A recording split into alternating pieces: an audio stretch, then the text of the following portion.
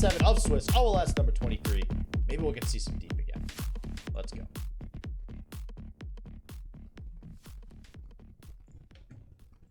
All right, getting started up quick here. Got the mulligan and two Nautilus probably going to go back there.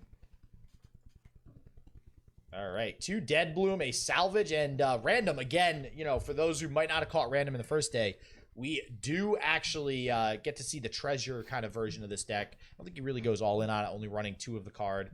But seems like a decent first hand here. Going to have a lot of ways to start tossing some cards.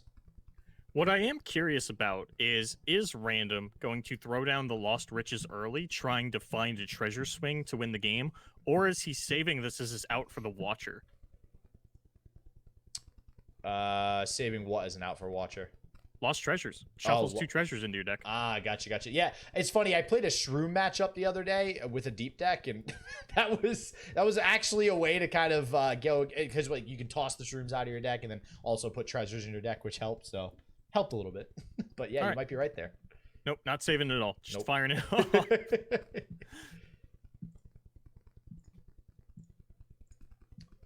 Yeah, and already getting pretty close to deep too. So what are we at now? We're at 30, so only a little ways away here. We do have plenty more toss in hand. And do we just trade away? What's up? What are you doing, man? You spelled Goat's name wrong. What? How many T's? How many T's? 4. I added too many T's.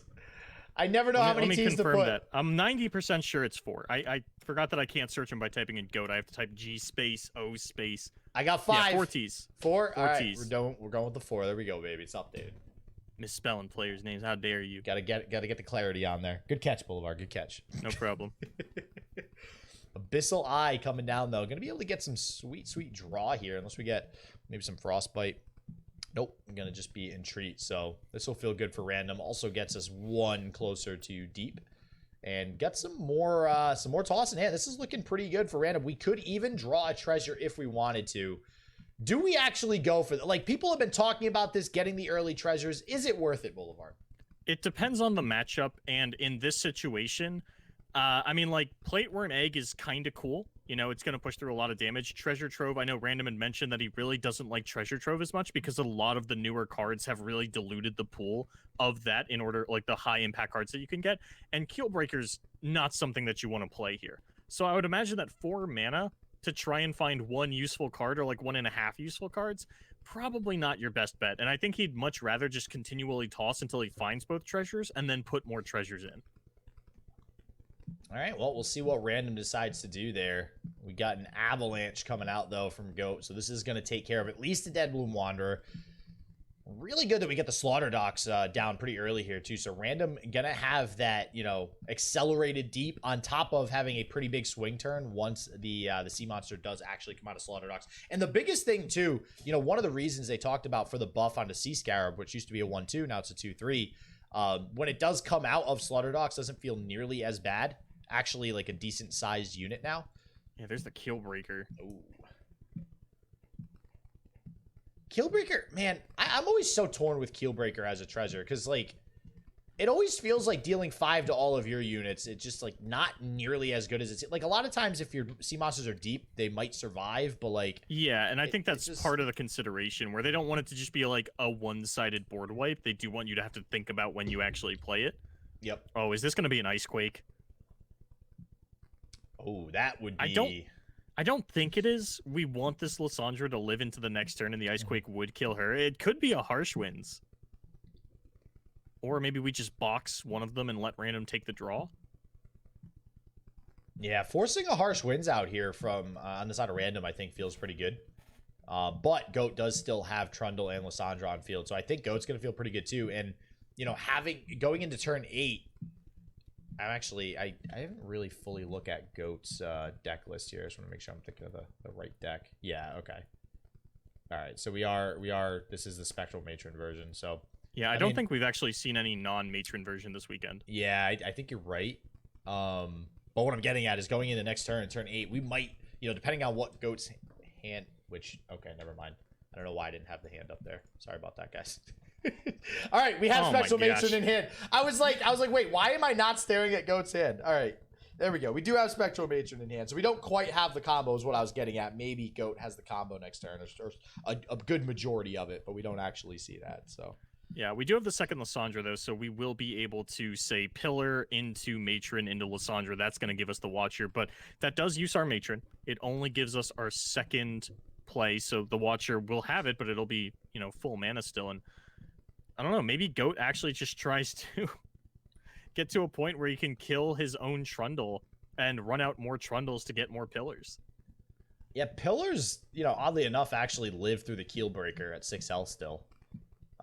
It's crazy to think those things used to have 8 health. Like, so unnecessary. Yeah, I don't think it's out of the question to, like, suicide your Trundle here. Take out that Shipwreck Hoarder, play another Trundle so that on the next turn you can Pillar Lysandra into the Matron combo on your next attack. Yeah, and Go has plenty of removal, too. I mean, we see both Icequakes in hand, so... even That's if... a 19 out of 25 on the Maokai, though. Yeah, it's looking like we are going to be able to get this leveled up Maokai unless we do get this removal out. Could... What removal? I mean, it'd have to be Atrocity. Well, we could Blighted Ravine and then... Box. Yeah, yeah, we have the mana for it. Yeah. I don't know if you go all in on that. No, just we're going to go for the Maokai, but... Looks like we're going for the Atrocity lethal, though. And honestly... How many copies of Vengeance is Random playing? If any. None? One? Two? It's hard to say. One. We got one. We got one. There's one in there. 1 Vengeance, 1 Atrocity, 2 Withering Wail, 3 Vile Feast. There's the removal. And if Random plays anything else this turn, he does take himself down below Withering Wail mana and will die to the Atrocity. Yeah, and that's something you always got to be worried about. And honestly, with... You know, we have this leveled up Trundle that's been on field for a while. It now lives through Keelbreaker thanks to it being leveled up. And we got other Trundles that we can just toss down if something does happen. They can attack again, go for some more Overwhelm damage, then eventually Atrocity. And there's only so much removal. Like I said, only 1 Vengeance in the deck of Random. So it might be a little difficult here for Random to play around this Atrocity. Yeah, passing again. Okay. Wow, we're actually going for it. Okay. And I think this kills, right? We go to 10, Random dies, goes to 1, and then Bladed Ravine finishes it off. Yep. Yeah, that Bladed... Man, I'll tell you, how many times, Boulevard, have we seen a Bladed Ravine lethal? It's pretty, more than I feel more like than one. I feel like it's pretty common. I honestly, especially with Vladimir Braum, right? Like, we constantly are seeing it with, like, Ice Shard and stuff. Oh, yeah, with Vladimir Braum, it's so good in combination with things like the Crimson Disciples. Yeah, and now, I mean, even with this deck, you know, sometimes we're seeing it even with the Ice Shards, you know, obviously when Lysandra levels up, we're able to get some more damage as well. So, yeah, able to pick up a win there with that Bladed Ravine and Atrocity. So we'll see if Random can bring it back here in just a second. And again, both players currently X and 1. The loser, not necessarily guaranteed to make top cut. Really going to depend here on the standings. Looks like Random in 8th and Goat in 12th. So, yeah, that's going to be close. I actually want to take a second. We can do that after the match. All right, here we go. Game number 2, and now we're going to see good old Twiz yet again. God, I really hope we don't see the same thing happen, or I'm gonna be really love that concerned. Earth emote. Oh, yeah. Open up the game there. Yeah. Whoa. You love an emo? I thought you just mute. I do, but I still buy him. I'm going to emote at you. No one has the balls to mute me back except Skarzik. Skarzik muted me immediately. Plus, I get to look at my own emotes. I want to sit here and flex. Jesus. Well, we got the Scar Grounds for Random, so that is definitely a good start for Braum Vladimir. But beyond that, not a whole lot of units. So, I mean, we've got the Braum, so that's something. Would have loved the Crimson Bloodletter to go alongside it, but, you know, we can't have everything. Yeah, and actually using the blades there to go ahead and take care of a little bit of damage incoming. Scar Grounds following. And yeah, I do think Random's going to have to worry about losing out real quick here to just a lot of burn damage. We already see some ignitions coming through from the Ballistic bot. And Twisted Fate in hand as well. There's a Twisted Fate's Picket card. Oh, man. I swear to God, if this happens again. And it looks like it's looking like Goat's thinking about playing this Twisted Fate. And that's gonna be. I mean, there's an avalanche on random sites, so please no. There's no way, right? Yeah, I mean, if we level it in one turn, there's a way, Boulevard. And see, there's the thing too. We can actually level it with only. Well, we can pick a card with only 2 spell mana. So yeah. But all right, we'll see if this is gonna happen. There's the stress testing. We're getting closer. Oh, what are we shuffling? And we're actually gonna shuffle away the stress testing. Okay. Not going for the super greed. I'm going to level this in 1 turn. Yeah, well, I think we're wanting to actually play the ignition to get some more damage off here. Which I don't hate the aggressive play. The problem is you think to yourself when you go up against this deck, like, they don't really have a lot of heal. I could just go for the win. But technically, Vladimir, you know, that effect, even though it hasn't really come into play too much, as we've talked about when we've seen this deck, that is a fair amount of heal late game when he actually comes down. Oh, here, it's happening. It's happening. It's happening. If we didn't ship the stress test, I mean, at the very least, Avalanche does kill it, right? So, Boulevard, it's happening. It's gonna be a second Twisted Fate, but there's no pick a card for the second TF, right? So, okay, but even if Avalanche comes out and kills this TF, yes, I think this proves after seeing this 3 times now. It's the 3rd time we've seen this deck between yesterday and today. This deck can still so easily draw all the draw cards. Yes, but when it's doing that, and in the games that we've seen Twisted Fate Fizz so far, it only draws the draw cards. Players haven't been losing to the Burblefish Iterative or even Mind Melt. They just are playing decks that scoop to a leveled TF.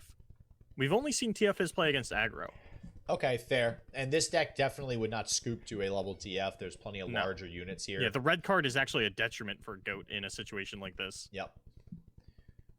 Yeah, that's something I think Goat needs to take into consideration. The problem is, especially with the hand Goat has and just the way the deck plays, you really don't have a choice but to just try to level Twisted Fate, right? And yeah, then at that point, like, sure, first card gets blue card, that's going to feel good.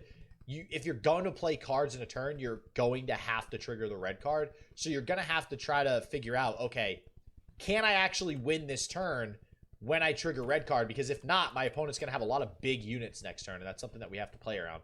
But, all right, thank God we're not going to get another level Twisted Fate. Avalanche coming out, going to take care of that. That was close, Boulevard. That was close. This is looking good for Vladimir Brom, not going to lie. After that Avalanche, after everything's said and done, it's looking like this is going to be a victory for Random. Taking care of the board there. I mean, I guess Goat could still develop a lot of elusive units, especially with something like Zap Sprayfin in hand. You know, there's more draw. We do have another pick a card there. You know, there could be a lot more damage coming through in following turns. But now that Brom's got 2 attack, I mean, we know what Brom does when he's got 1 attack, baby. The second you give Brom some attack, he is suddenly an amazing champion. And I do think this is going to allow Random to start to close out the game. We even got a Vladimir we could throw down this turn. I think we go with Tarkaz, though. Tarkaz seems like a really strong play.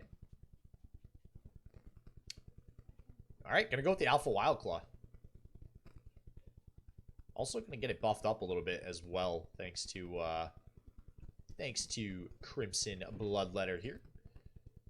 Good art on the card. Fizz going to level up, and, you know, honestly, the good thing about this matchup for Random is Go doesn't have a lot of, like, good removal outside of the spot removal, like Mystic Shot, Get Excited, stuff like that. And, again, like Red Card is a detriment, similar to Red Card. Those are generally going to be detriments unless we're actually able to pick off a unit like Mystic Shot onto this Mighty Poro right now. So, bad news. Random's dead. Oh, Mind Meld. Uh-oh. And can Random actually finish this right here? No, we're down to 6. Going to 6, yeah. Oh, this is so bad. Are you kidding me? We throw down Poro, Suit Up this turn. That's going to leave us 3 spell mana. Jesus. We're just going to Suit Up the Fizz. Oh, my God. Throw down a Poro. Mind Meld is currently sitting at 7, so that's going to be 4 lethal attackers. Only 2 of them need to connect. Please no. I don't think Random can throw out any fast spell unless he top decks Ice Shard.